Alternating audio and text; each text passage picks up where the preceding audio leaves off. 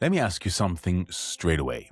When you read about Jeffrey Epstein, about private jets, about hidden islands, about underage girls being trafficked among the elite, and you see names like Prince Andrew connected to court cases and settlements, what does that do to you? Does it anger you? Does it make you cynical? Or do you go numb?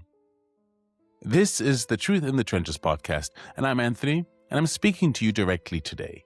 This episode is about corruption in high places. It's about Jeffrey Epstein. It's about Ghislaine Maxwell. It's about powerful networks. It's about Prince Andrew. It's about Peter Mandelson, the former ambassador to the United States, being named in released documents. It's about the BBC reporting on settlements. It's about CNN covering unsealed files. It's about a global system that looked polished on the outside and, well, predatory underneath. Let's speak plainly. Jeffrey Epstein was convicted of sex offenses. He was accused of trafficking underage girls, minors, young women from vulnerable backgrounds. Some were recruited through manipulation, some were promised opportunity, and some were financially desperate. Ghislaine Maxwell was convicted for helping recruit and groom those girls. This was not a misunderstanding. This was not moral confusion. This, my friends, was exploitation. And when names connected to royalty and politics appear in court documents, when Prince Andrew, or should I say former Prince Andrew, settles a civil case, and when high-profile individuals face scrutiny for associations, the average person like you and me look at that and wonder whether power protects itself. You feel that tension, right? I mean, I feel it. And here's the hard truth for us all. When society sees elites seemingly insulated from consequences, trust fractures. In the Bible, we read in Proverbs 29 verse 2, "When the righteous increase, the people rejoice, but when the wicked rule, the people groan." You can hear the groaning, right? It's everywhere.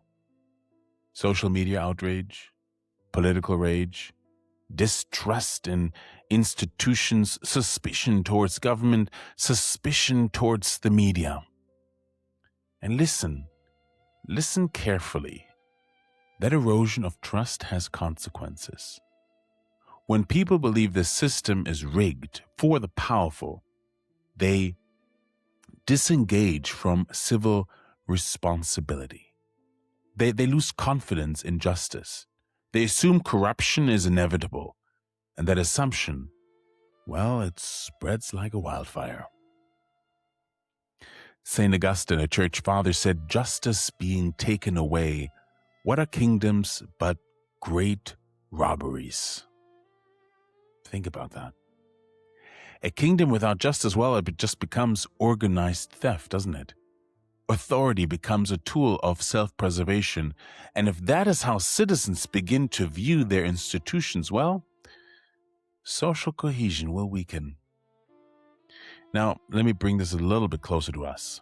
You might say, well, I'm just one person, right? This is about billionaires. It's about royalty. It's about politicians. It has nothing to do with me. No, my friend. This is about the human heart. The same sin that drove powerful men to use their influence for exploitation lives in fallen humanity everywhere, in you and in me. Calvin said the human heart manufactures idols. Now, we understand that power is one of the most intoxicating idols. Influence is addictive.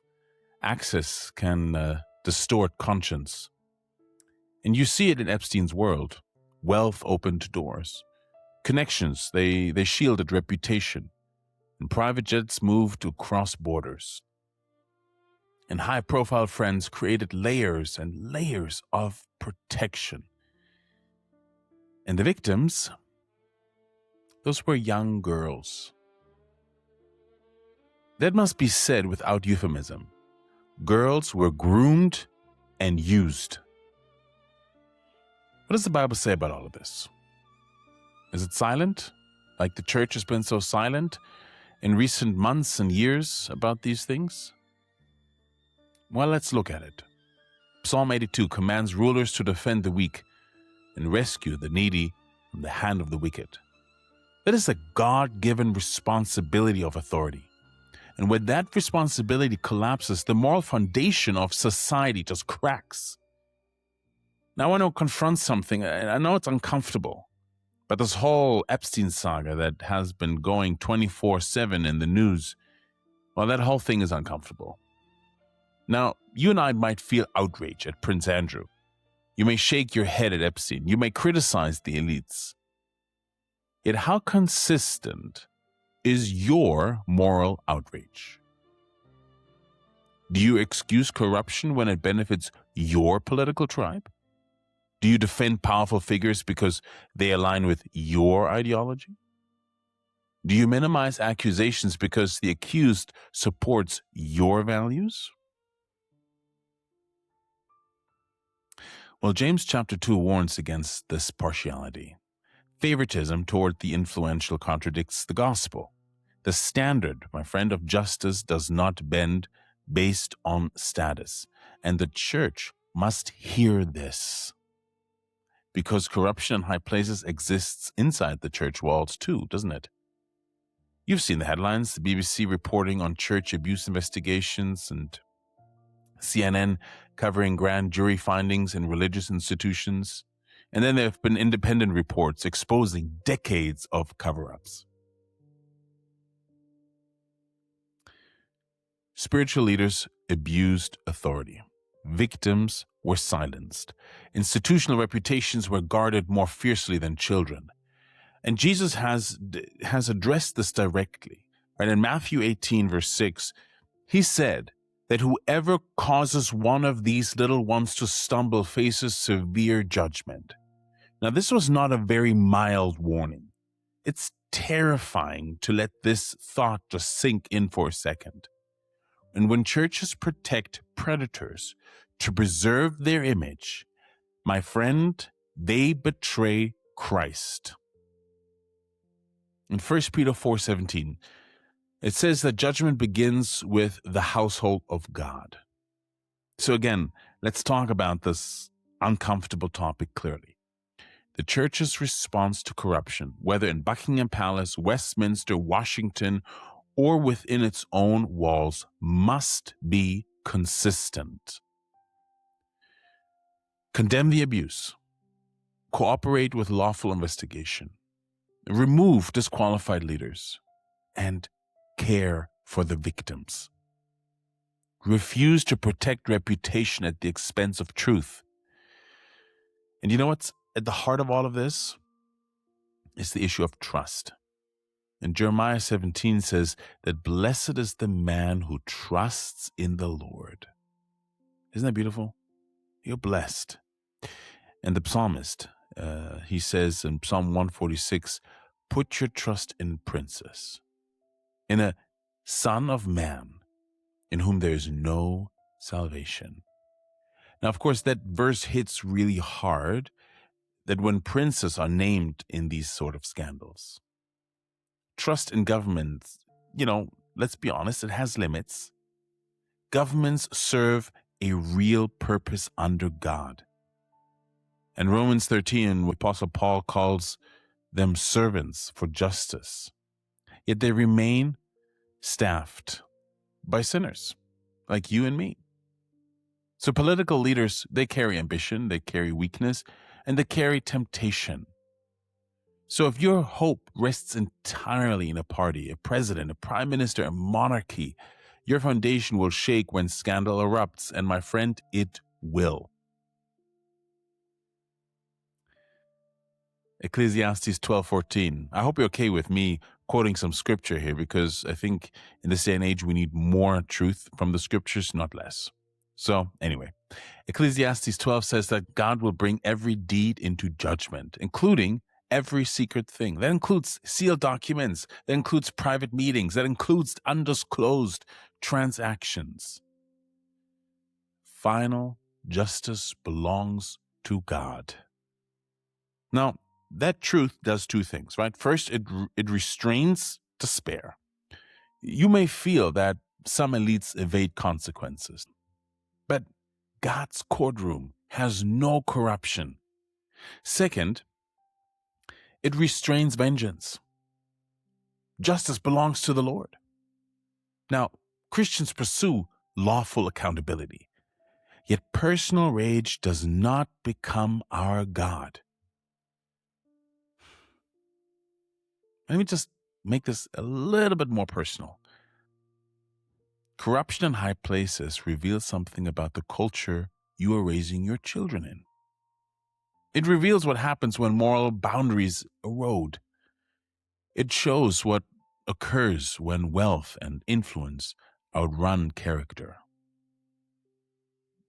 You and I, we cannot control global networks. We cannot unseal files ourselves. Yet you and I can cultivate integrity in our own lives. You can teach your children that power exists to serve, not to exploit. You can refuse to idolize celebrities and politicians, and you can demand transparency in your local church. You can pray for rulers by name, and you can support the victims with compassion rather than suspicion. Micah 6:8 is one of my favorite verses. Back in 2008, when I was student body president at Briarcrest College and Seminary up in Saskatchewan, Canada, to go and check it out. It's one of the most amazing chapters of my life, being up at that school for 5 years. Anyways, I was elected student body president, and one of my roles was to give a academic year a theme for the student body.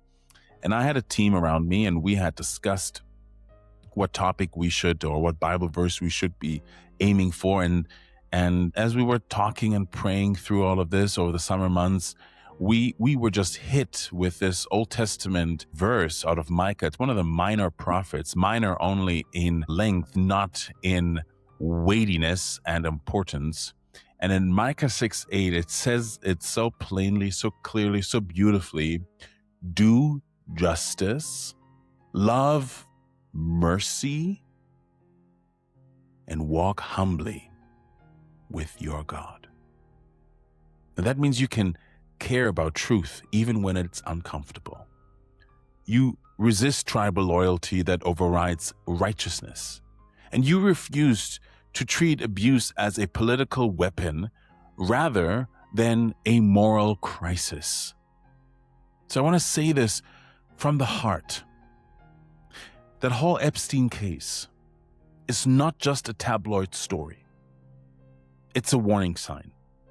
It exposes how far influence can drift from accountability. It shows how vulnerable people can be consumed by elite appetites.